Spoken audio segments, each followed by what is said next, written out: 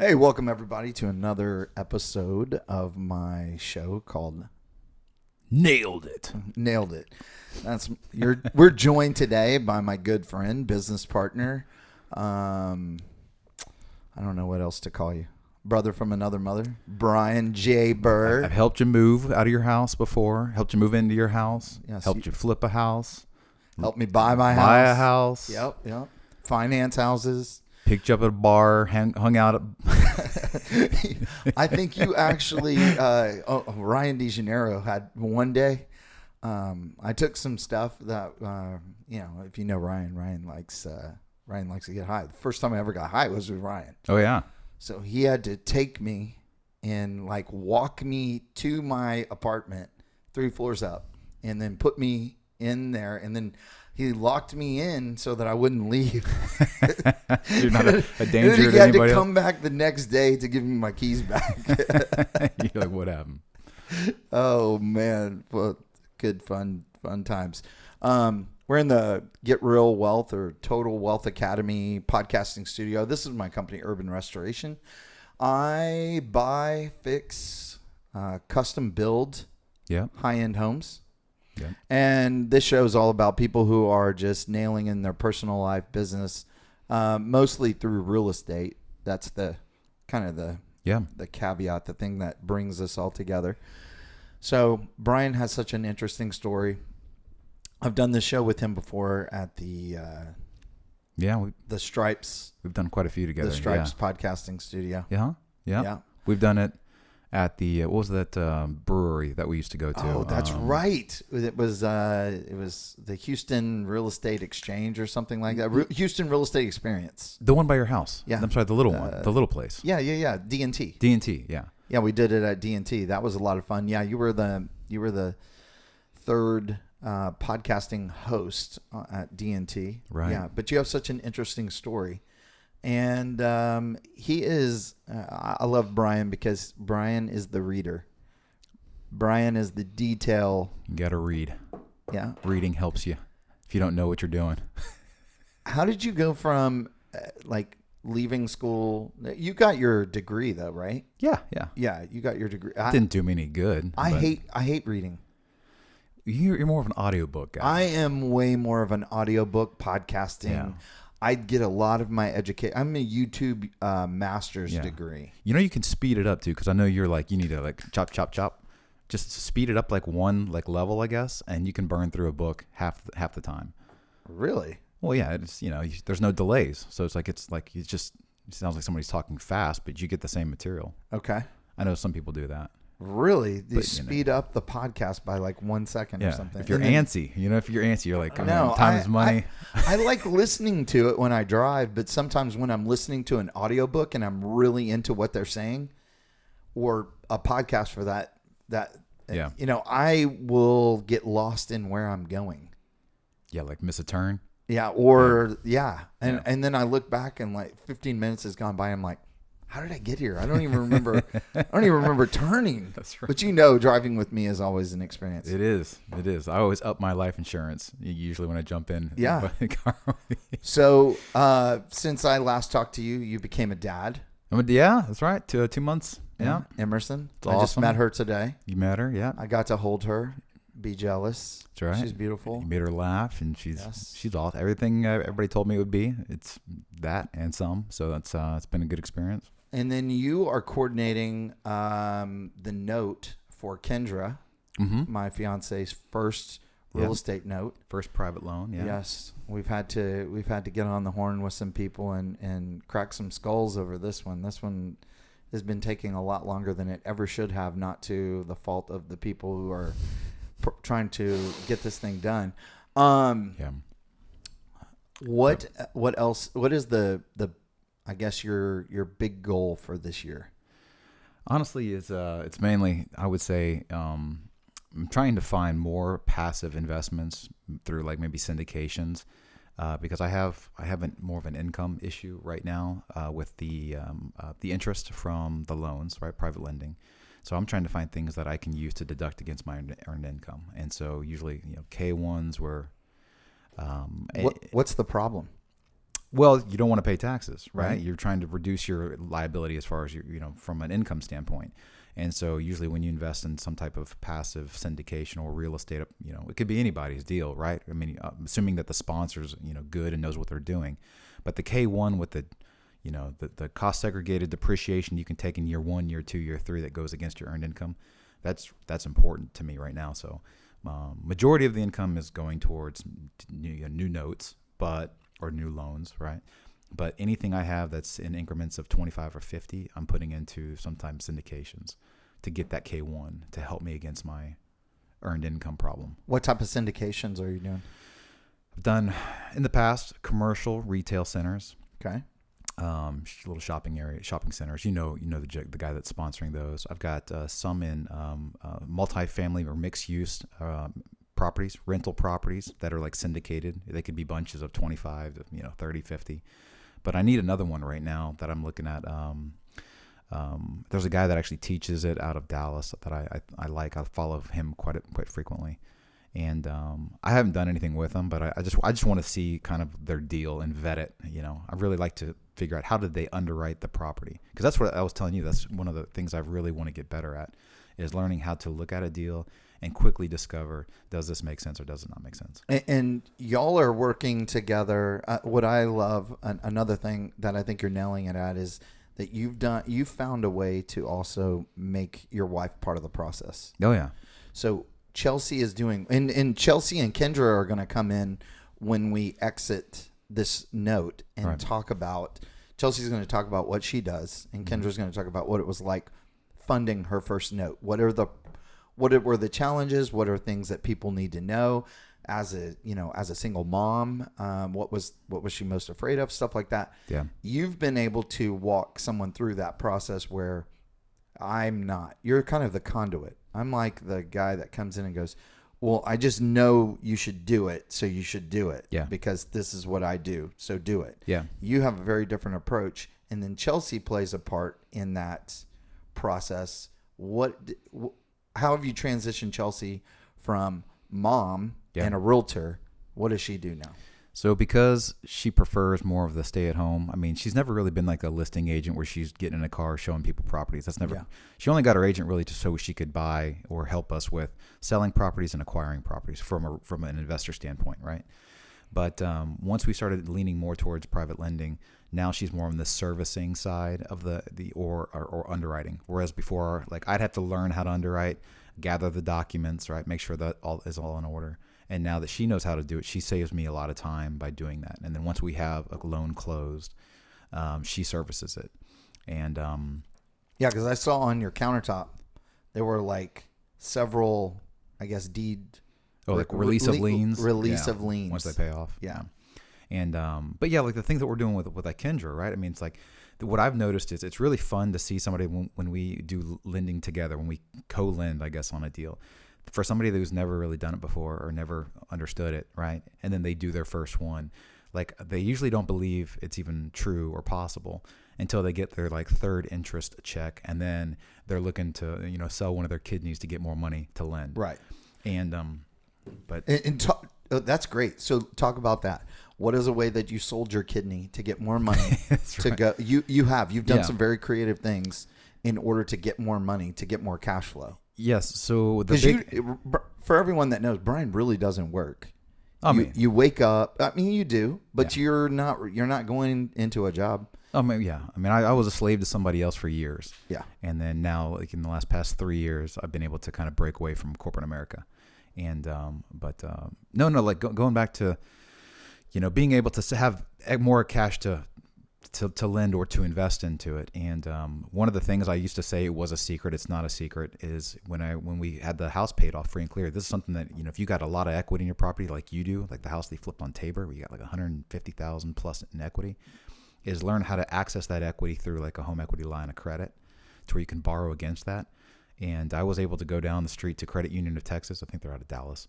And they gave me a rate at 3% with zero closing cost. And then I was able to lend at, let's say on the low side 9, but I can usually I'm lending at like 10, 12, right? And then that spread there, it's on the surface it looks like a 6 or whatever 9% spread, but really it's an infinite rate of return because you're just borrowing from the equity of the property. You're not really putting any of your hard cash into the deal, but you're now getting an interest rate and keeping that monthly cash. So you're getting interest from the note every single month, and then you have a debt service back to Credit Union of Texas that you're paying off at 3% or sometimes even less. It's depending on what the rate is. So, and you do a lot of these that are co-lending on a note to get a note done. Yeah, like we're going to go look. We just went for everyone. This is going to be like 3 weeks behind, but we went and I'll be closed on this deal by the time that this airs. But we went and looked at Cosby Street. Yeah, that's right. Nice house, dude. We've been trying to do this accent in the car. We've been working on our Bill Cosby impersonation. That's right. All right. Yellow. Dude. I didn't know we were asking. Is this guy still alive or is he still? Oh, he's still alive. I think he's in jail. Yeah, dude's in jail because he liked to roofie chicks. Yeah, Jello cut that sponsorship real quick, didn't they? Yeah, they did. I think he was putting the roofies into the Jello. Put it up. Feeding it to him. Would you like some Jello? Yeah. But that house was nice. I mean, the roof looked great on it. Roof looked great. Fantastic siding on it, which it almost looked like it was new. Yeah. And then you were like, hey, look, do you think Kendra wants to do another deal? So this brings her actively into a project that we would be working on together. And the only reason why we're allowed to do that, for full disclosure, is that we're not married. Mm-hmm. Yeah. So we're not married, so she can, because she would be using her IRA. Yeah. I honestly, I think, remember how you kind of, because for the people that are actually watching or listening, like Curtis is the one that actually got me involved in the active real estate flipping side. We did a flip together. Yeah. You got me involved. My first experience with the lending, right? On showing me like, hey, I think we did the house that's next year is the 308. I think it was that one. We had a great story about how that all went down. I saw that negotiation. Curtis did a phenomenal job on closing a $400,000 transaction with a guy when they wanted $450. Right. They wanted $50,000. They weren't budging. And then you just basically broke it down to him saying, look, every day that you try to hold this thing as a landlord, you're losing this amount of money. Whereas you could just sell it to me today for $400. Yeah. And that was a fantastic deal. When I divided their money that I would be giving them at closing by the amount of years that I believed that they had left to live, I said, what do you think? You've got 10, 13 more years? Right. I said, let's take 10. Let's divide that by this amount of money that I'm offering. Let's divide that. And I'm closing on this date. And then they remember it was like, we were at the closing table. One loan, your loan, had already funded. You had already brought the cash in. Yeah. We were waiting on Noble to fund theirs. And they were like, we're not showing up until the money's in the account. Noble agreed. I love Daryl for this. Daryl agreed to go ahead and wire the money out of Noble's personal account. Daryl wired the money there, so that the people would then come to closing and fund the loan. Yeah, because I remember that, because he showed up to closing and he was like, where's my money at? Yeah. And like, look, this, it's coming. We're at a title company. And they left. Yeah. They just got up and bounced on us. Right. We were there almost all day waiting on it. And Daryl kept going. I mean, I was on the phone with Daryl. I remember on his cell phone, just back and forth between him and Chris Robichaux getting that thing done. And they finally got it done. This was like, 3 years ago. Do you remember that house? It's funny how like people that are selling their houses don't understand how a transaction actually takes place. Like once they've lived in a house for 20, 30 years. Do you remember the little house that we did? It was Fitcher? Not Fitcher. Not that was Jerry? The lady that was sitting on the Cavs lady. Oh, yeah. So this house was on Herring. Yeah, Herring, yeah. Harrington or something like that. Herring something. And is in 77022. Mm-hmm. It was right past Jerry Street. And this lady, her and her twin sister, had lived there for forever. Yeah. This was their family home. And she kept calling Brian Cavs. And she was in love with Brian. Where's Cavs? Where's Cavs at? Hey, if it saved us another $10,000 off the house. It did. She sold it. Remember, she wanted like 135, and we got it for 125 or something like that. 125, 126, and I think it was Harrington. Yeah, that's right. It was. It was. Yeah. And Yvonne's the one that listed it and sold it. Right. And we all had to work together on that one. Boy, Yvonne hated me. That was when she fired me as a client. Yeah. She was in Cancun. And she sent me a text message and she said, I think you should find another realtor from now on to list your properties. She was so mad. She was so mad at this one because I think we did a good job on the rehab, but there was like, they wanted something at the very end, right? Yeah, it was like it was the roof. They wanted the roof redone. Right. And I had pressure washed the roof off and they wanted the roof redone. And if I didn't. And standing seam. Metal. Didn't they want the metal roof or something? Like, dude, we're not doing a metal roof. So this was the reason why Yvonne fired me. Because in the details, Yvonne wrote that I had a standing seam roof and I had like a microwave. And I didn't put in a microwave. I'd put in a hood vent. So then I had to go buy a microwave. I mean, like I had redone this house and made this house look amazing. Yeah. And someone was like all over me because in the feature sheet, Yvonne had put standing seam roof. Yeah. And so I was like, Yvonne, I really don't think that's my fault. I think that should come off commission. And Yvonne was like, I could just tell Yvonne was getting more and more. And I was like, man, I'm like so tight now. And so Yvonne ended up, I think she split it with me or something. Yeah. And then she called me and was like, I'm not reducing my commission anymore. I'm done. And I was like, oh, okay. And then I think it took us like 3 months. You remember? Yeah. You remember how that happened? Stripes called her up and was like, hey, you need to work with Curtis again. He found another house. And then you were like, we were all on speakerphone because we were at Cedar Creek. Oh, that's right. Yeah. Yeah, we were at Cedar Creek inside. That was I think that was the first Trump, where they were. Oh, the impeachment. The impeachment, yeah, the first impeachment. Good God. If anyone knew how many impeachments, drinks we have gone through. Yeah, that was fun time. Yes. Hopper was there. Hopper was there. That was a good real estate. Jeff Emerson we got photographs of everybody. Yeah. Yeah, Jeff Emerson showed up. Yeah, it's crazy how things have changed over like the last year. Yeah. What has been the biggest change for you since the pandemic? Nothing really. Nothing's changed. Aside from wearing a mask, and now we don't have to do that anymore. But like that was, in real estate, most people in real estate actually said that the pandemic helped them. I think your biggest change has been you used to spend at least 3 nights a week at real estate events. Well, yeah, once all those canceled, yeah. I mean, I like, I know some people cry about, it's just another event, but I like networking through people, because half of my deals and friends come through those events. And I think, it's helpful for new people to go to those and see this, if for them to see your face over and over and over again, then they're like, okay, he's one of us. Where are most people making a mistake today in real estate? Since you lend to people and you see that process, where do you think people are making a mistake when it comes to pitching a deal to a private lender? I think, when you go to these events and somebody finds out that you do private lending, and then the garbage deals always flow. It's really weird because you'll have people that are maybe they haven't done a lot of deals or flips, and they come to you with this, pie in the sky. The house is going to be worth this. It's not. The house is, it's getting on this side of town, which is like a flood zone near a septic tank or, some type of I got event. This great deal. Right. And then, they're selling you on like, oh, this is going to be great. And then obviously their terms are also unrealistic where they think you're going to fund this thing 100%. I'm like, look, that's not the way it works. We're checking how much cash you got in the bank, right? You're going to have, a big piece of this to close the loan. And then you tell them your terms and like, oh my gosh, those terms are so high. You've never done a hard money or a private loan before. So, they're like, why would anybody pay 10% interest on a, 6-month term or whatever? Well, it's because that's the norm in this particular arena. You're not, no one's giving 6% interest unless it's like your grandmother. So, I think there's a big difference between doing hard money lending and doing private money lending.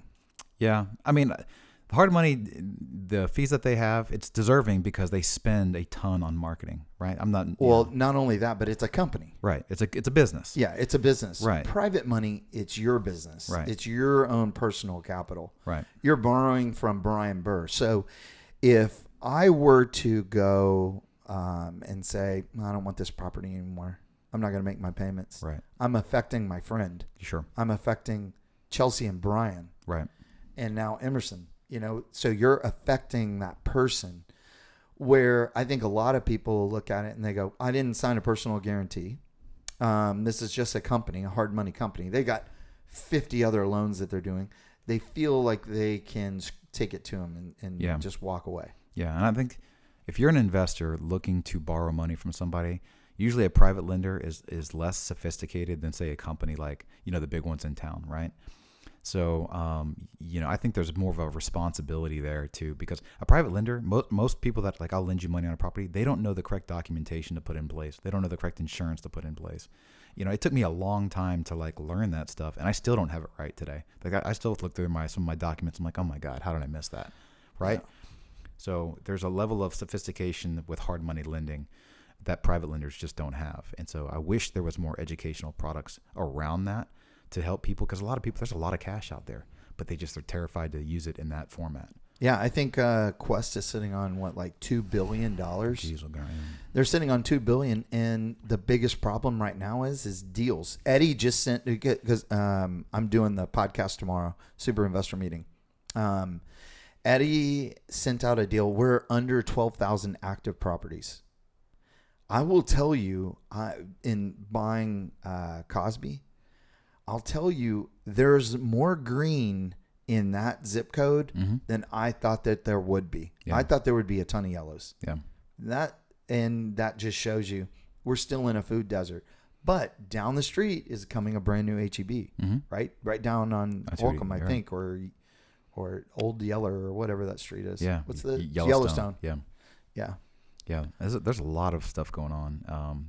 Yeah, you live right there. You live in the middle of Third Ward? Yeah, I'm trying to get more people to come and stay there and live there, because I think that's probably one of the most discounted areas for growth in Houston, because there's a lot of money being put in by the Southeast District, where there's millions of dollars. You saw the new expansion of the freeways; it's going to come right through there, and then you were on that before anybody. Well, I saw the video, before they even had it like finalized or planned, but then they have, what do they call it? What street? Emancipation. Emancipation is like going to be a lot of retail stores are being built there now. Mm-hmm. It still looks rough, no doubt, but in time, hopefully, 5 to 10 years, I think it's going to be a really good area to live in. What would you say that it's going to be the next what? If I was to compare it to equivalent of like a Washington Street, right? Okay. It's going to be an economic corridor, buildings, restaurants. They've already built some of the sidewalks where you can take scooters, you can run. I wouldn't run there now without a gun, but in time. How many guns do you own? 3, 4. You have one in the study. One in my car. One in your car. One upstairs. Shotgun. Mm-hmm. Yeah. Yeah. And you got broken into one time, and the only thing that they stole were chips. Bag of chips. Barbecue. So during oh wow, this is great. Look at that. Well, that's our sponsor, Photo and Video. Photo and Video. Thank you, Photo and Video. Mass storage. I don't know how that happened. Oh, I guess I guess my phone fell off of this and it stopped it. I don't even know how to make it. Let's see. Make it play. I don't even know. It's all good. It's all good. Anyway, so man. So I think you have been in a house where you have and been in an area that is totally transitioning, and I say that because you do need to become prepared. It's real life in order to. But that was something that you wanted over this last year. You've gotten the house that you wanted. You built the soccer field next to it because that's a part of your lifestyle. Right. You had the baby. Mm-hmm. Yeah. You have moved Chelsea from being more of an active realtor to a passive kind of processor of your notes. Mm-hmm. And you used to fund everything, or not fund, but funnel everything through August REI. What is the biggest challenge you see with note processors? Or note processing companies. So I would still recommend, if you're doing private, if you're doing a small amount, right, which most people are doing like 1 or 2 notes. Okay. And so you can service that yourself. If it's a commercial loan, meaning it's not an owner occupant, somebody like that's like living in the house, homesteading the property, definitely you can service it yourself. If you are buying consumer loans where they're living in the property and you have like a 30-year, 20-year amortization on it, that's a whole different set of laws you have to abide by on how you contact that borrower. Get a servicer. It's for the price. Usually the borrower is paying for that. But you would suggest, unless you know that person personally, you would suggest what? If I didn't know the borrower, on a consumer loan. Would you ever do a consumer loan for someone you did not really know? Yeah, I would. You would? I would. Yeah, I would. Under what terms? How much down they have. We would underwrite it with an RMLO. That'd be like, we have to abide by the Fannie Mae or with the Dodd-Frank, the laws. There's certain laws in place where you have to underwrite them as if like a bank would do it. Yeah, but you're getting so much less. You're not going to be able to get the amount of cash flow that you typically like. Yeah, you'd be surprised. You'd be surprised because a lot of the times, if you say your house is worth $100,000, right, to someone that you're going to sell or finance a house to, you don't have to sell it like an MLS, like $100,000 like you would on HAR, right? You can owner finance things to like 130, 140, 150, right? Take 15 down, wrap a note around the difference, and then lo and behold, make your rate 8, 9, 9, 9, 10, 9, whatever you're setting that rate to be. And then, but there you go. I mean, cash flows, and then the buyer or the person living in it is responsible for all the taxes. They're responsible for all the repairs. You're just the bank. So someone's going to start expanding their mindset. What book would you put them on? I'm trying to think of a really book. If there's a good book that I'm reading right now that I would have never thought. It's on syndications because that's what I'm trying to really, really get good at, or to learn on the underwriting, not necessarily just putting my money in as a passive. But it's called The Hands-Off Investor by Brian Buhr, Burke. And that was the book is actually on Bigger Podcast, but it's probably one of the most thorough. You mean Bigger Pockets? Bigger Pockets. Yeah, Bigger Podcast. What'd I say? Bigger Podcast. Bigger Podcast. Yeah. So it's probably Bigger Pockets. So it's probably one of the most thorough books on syndications, on how to like read a marketing piece, or like a memorandum. That's. I love memos. Yeah, and then plus we got Steve his book today. Yes, you did. That was really nice. That Brian bought in a book called Think Like a Tycoon. Yeah. And you just read this? I'm almost done with it. But yeah, like, so normally, like, if I find someone that recommends a book, I like old books. Yeah. Because, and if I can find an original, that's just it's kind of like having a piece of history. And usually a lot of this you'll find over the course of time, things really do not change. There is no buried secret. It's the same crap. And it's so good to find it in a really old book. Mm-hmm. And that's why I try to find things that are written really, really old on money and finance and real estate.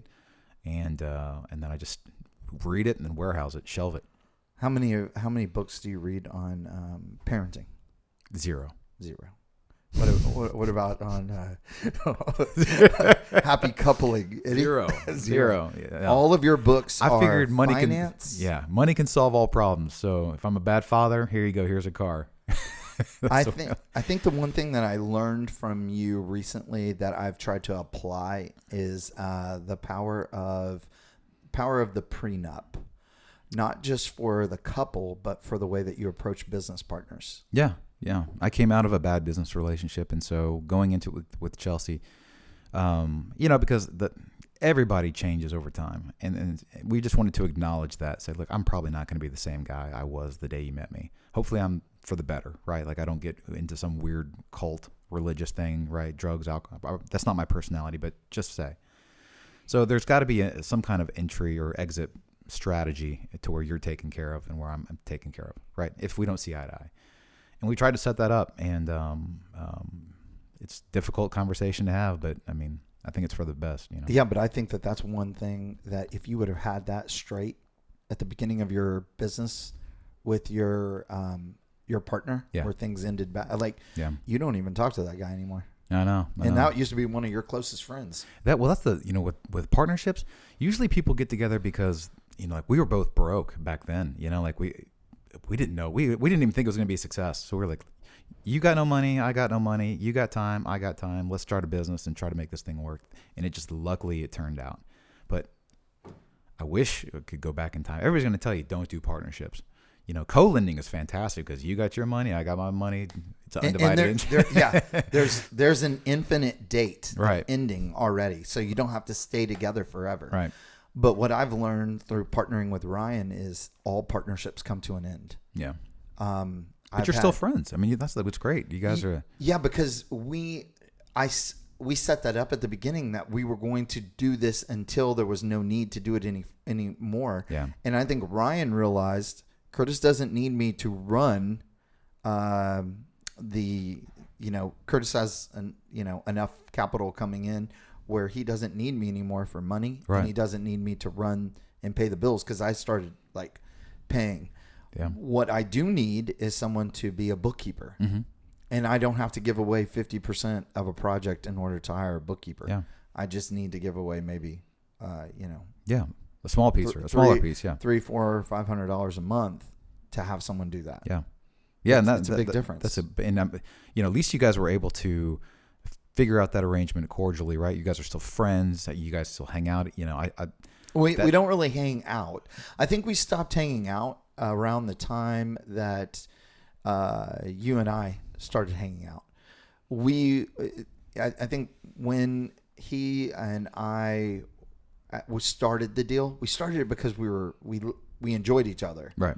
And then once you start getting into business with somebody and then you start seeing kind of what their flaws are, I think that you stop getting excited to hang out with them on a personal basis.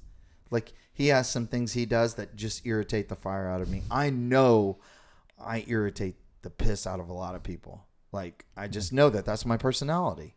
I mean, I think a lot of people can take me for only a certain period of time, and then it's like, hey, man, I'm exhausted. I'm a lot of energy. I got it. I'm good with that.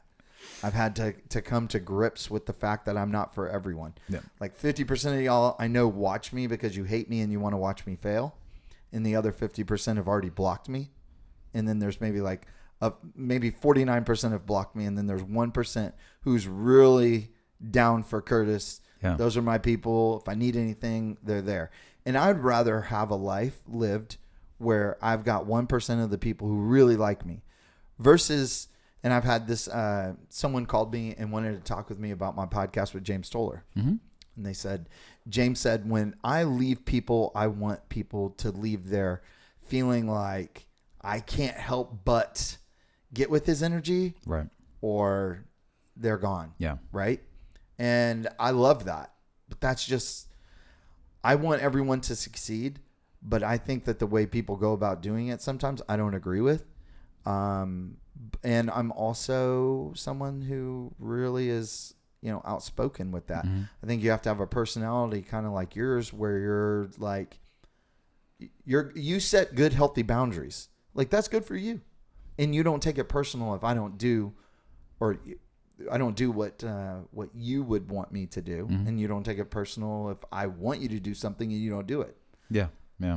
It's changed. I mean, we used to hang out every day. I know, and but the thing is, like, honestly, even if like we haven't hung out, let's say a week, right, or 2 weeks, we pick right back up. It doesn't even miss a beat. Yeah. Nope. Yeah, that's what's kind of cool because I mean, like, it doesn't feel like time has really passed. You know what I'm saying? Like, it doesn't feel like it's been that long. But I mean, that's taught me. Everybody should be doing this with their business. You need to think. It's the Stephen Covey book. You think of the end in mind, mm-hmm. and then you work backwards from there. Yeah. And too many times we're thinking of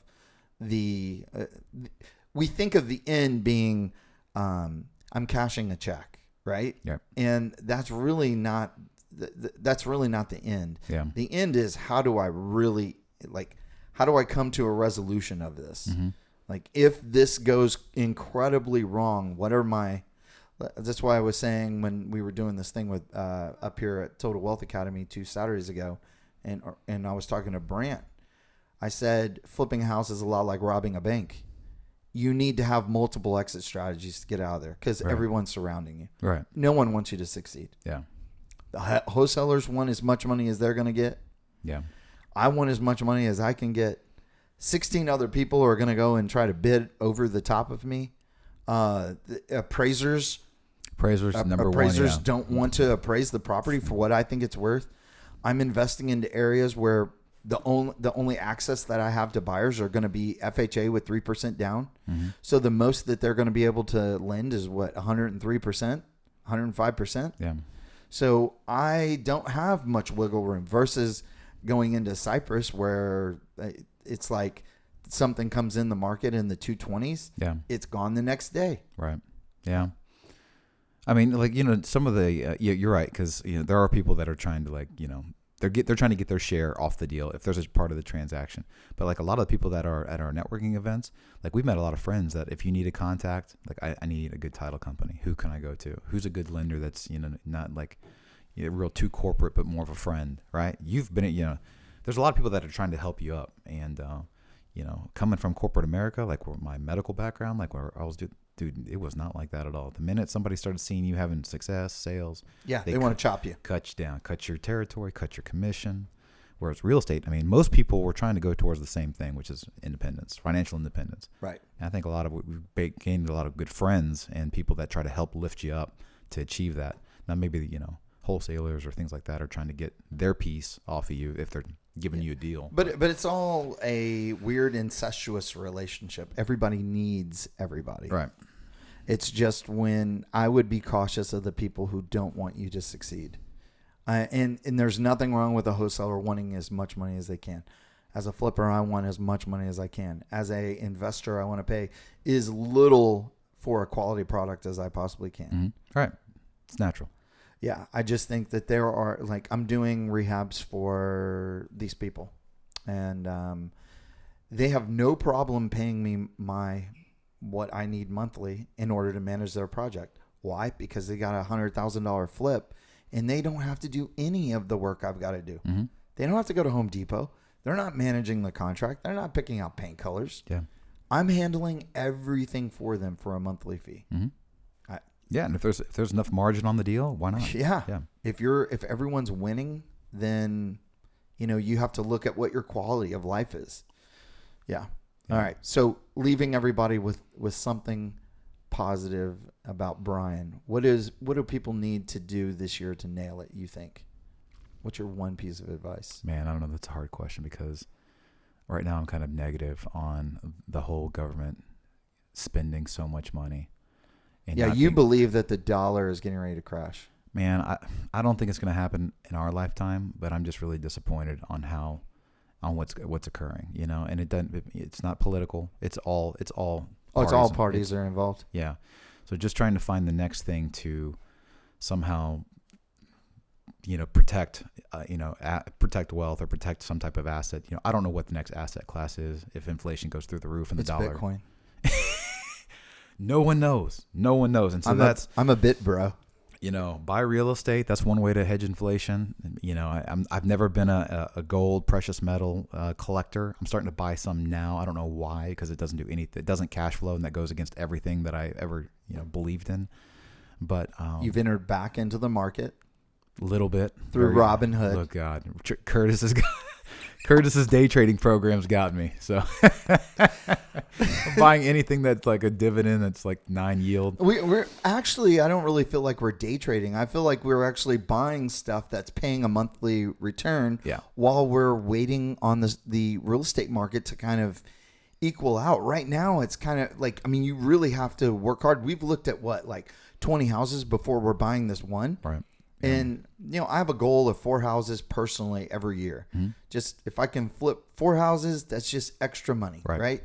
And, Kendra, she ain't a cheap lady. She likes going nice places. And her clothes come from a place called Free People. There is nothing free about Free People. It's called, I call it expensive people.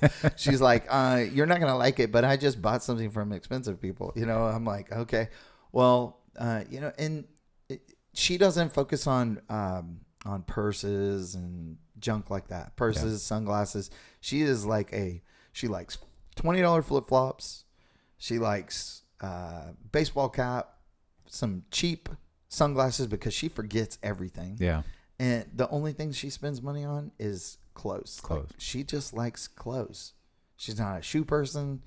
She just clothes. Does she ever sell her old clothes, or does she keep everything? She gives it away. That's good. She just had some girls come over from her daughter, and she gave away half of her closet because she's got to make room for all my stuff. Nice. Yeah. I like shoes. I like my Nike shoes. I like white pants, Nike shoes. I like my white shorts. I'm not wearing white shorts though today. Yeah, but no, it's been interesting. I agree with everything that you are saying. I think if I could sum up what I know to be true about you that you would want to leave people with is to read something compelling. Mm-hmm. That's true. Pick up a hobby, because picking up a hobby fuels your reason why you do what you do during the day. Mm-hmm. Like your hobby is books. You love collecting those books.